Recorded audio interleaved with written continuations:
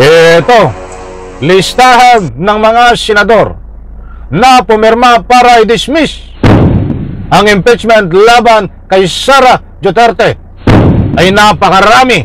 Hawak ni Bato ang listahan. Alright, welcome back to my YouTube channel. I'm Andy's Vlog. Ito, mga senador na nakumbinsi na papirmahin ni Senador Bato para i-dismiss ang impeachment laban kay Sara Duterte ay marami na. Aba, ay ilan ho ito?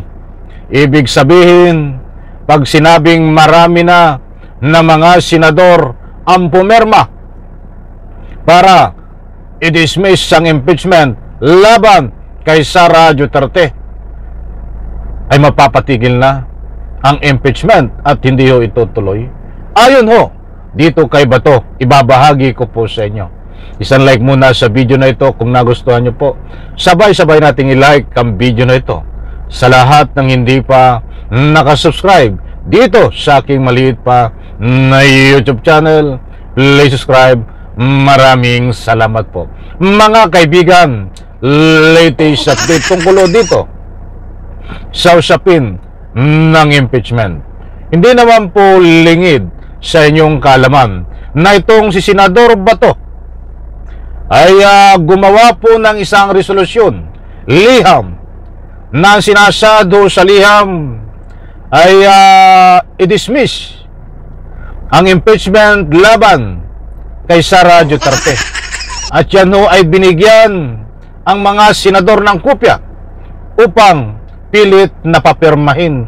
At pag pumirma ho, sila ho, ibig sabihin ay payag na i-dismiss ang impeachment.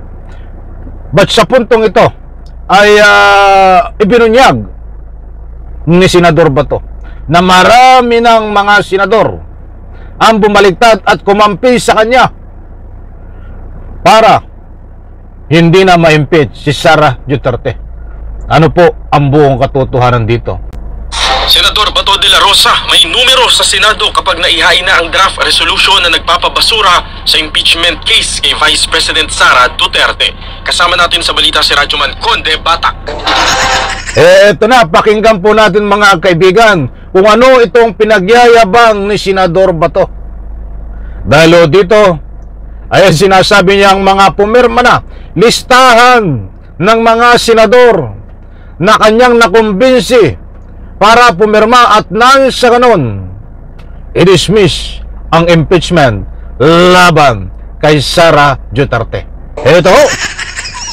Piyansa si Senator Ronald Bato de la Rosa na may mga senador na susuporta sa kanyang ihahain na resolusyon na nagpapabasura sa impeachment case laban kay Vice President Sara Duterte. Ayon kay de la Rosa, may numero na siya pero hindi pa niya masabi kung gaano karami ang mga senador na boboto pabor sa kanyang resolusyon. Binigyan niya ng kopya ng draft reso ang mga senador na gustong humingi at may mga mambabatas na naghayag ng suporta sa kanyang resolusyon.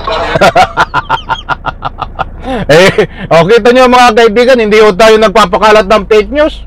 Binabahagi ko lang po sa inyo na sabi ni Bato ay marami na ang sumuporta sa kanya na mga senador na binigyan niya ng kopya upang papirmahin. But ito lang ang matindi, hindi niya alam kung gaano karami. Ay anak ng katakot-takot itong si Bato. Sinasabi ko nga po sa inyo kung bakit po tayo tumatawa.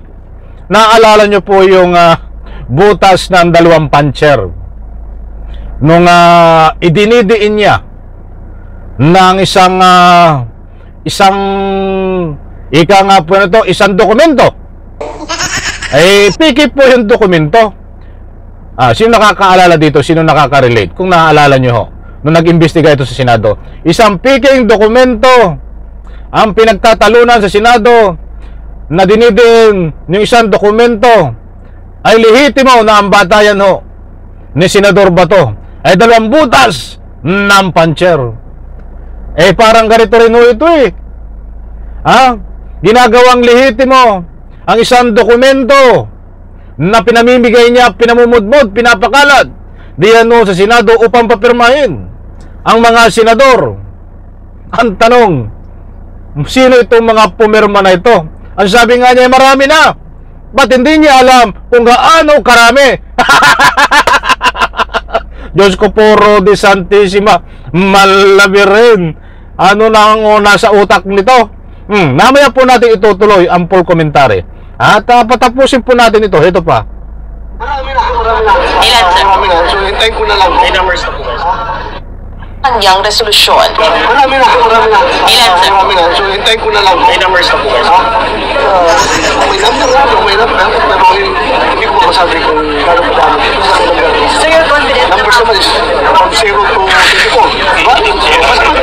Kasi may number ako. 0 to 24. Maliwanag pa ng senador, ginawa niya ang resolusyon bilang suporta sa naunang manifestation sa plenaryo ni Senate Majority Leader Francis Tolentino na functionally dismissed na ang impeachment case at hindi na pwedeng aksyonan sa 20th Congress. Umaasa si De La Rosa na ma-adopt ang kanyang resolusyon oras na maihain ito, pero bago pagbotohan ay obligado pa rin silang talakayin ang articles of impeachment na magiging batayan para maibasura ang kaso. Kasama mo sa... Ay, dumali na naman si Bato. Tawaran na lang po natin ito, mga kaibigan, nitong mga galawan ni Bato. Dahil kita nyo, meron daw po siyang mga kakampi na mga senador. Marami na. Ba't hindi niya alam kung gaano karami? Mga kaibigan talaga. So, mga mahal kong taga-subaybay, ang gusto kong ipunto dito, malaking bagay ho ang ating pag-iingay. Ang inyong mga komento diyan po sa comment section, malaking bagay at malaking tulong at kapaki-pakinabang. Sapagkat ito hong mga pinapakalat ni Bato na ito na resolusyon na pinapipirma ang mga senador, yung mga kakampi ho ni Sara Duterte at kakampi ni Bato, mayroon na pong naglabas ng pahayag na suporta na kailangang ituloy ang impeachment. Tinabla at basura ho yan, mga kaibigan, yung mga pinapakalat ni Bato na yan. Yung sinasabi niya ho na marami na nagpipirma para mapatalsik si Sara, para ma-dismiss ang impeachment.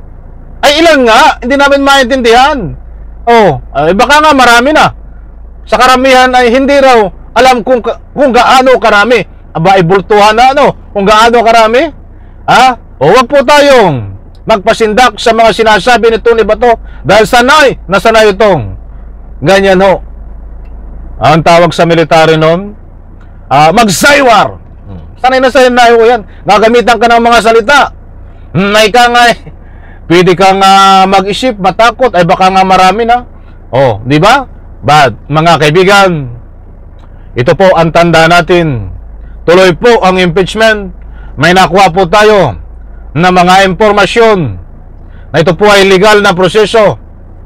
Hindi po mananaig ang mga ginagawa nitong si Escudero, si Bato at ilang pa nilang mga kasangkot para patayin, i-dismiss ang impeachment dahil ho, unang-una, sa legal na proseso, hindi po mananalo ang ginagawa ni Bato na i-dismiss ang impeachment. May batayan po para ituloy. Pangalawa, may mga senador na ho nakakampi ni Sara Duterte lang sinasabi, nagpahayag tungkulin na Senado na ituloy ang impeachment kung pagbabasihan ang konstitusyon, mga kaibigan. Kaya't ito, bago magtapos ang vlog na ito, tuloy ang impeachment sa legal na proseso.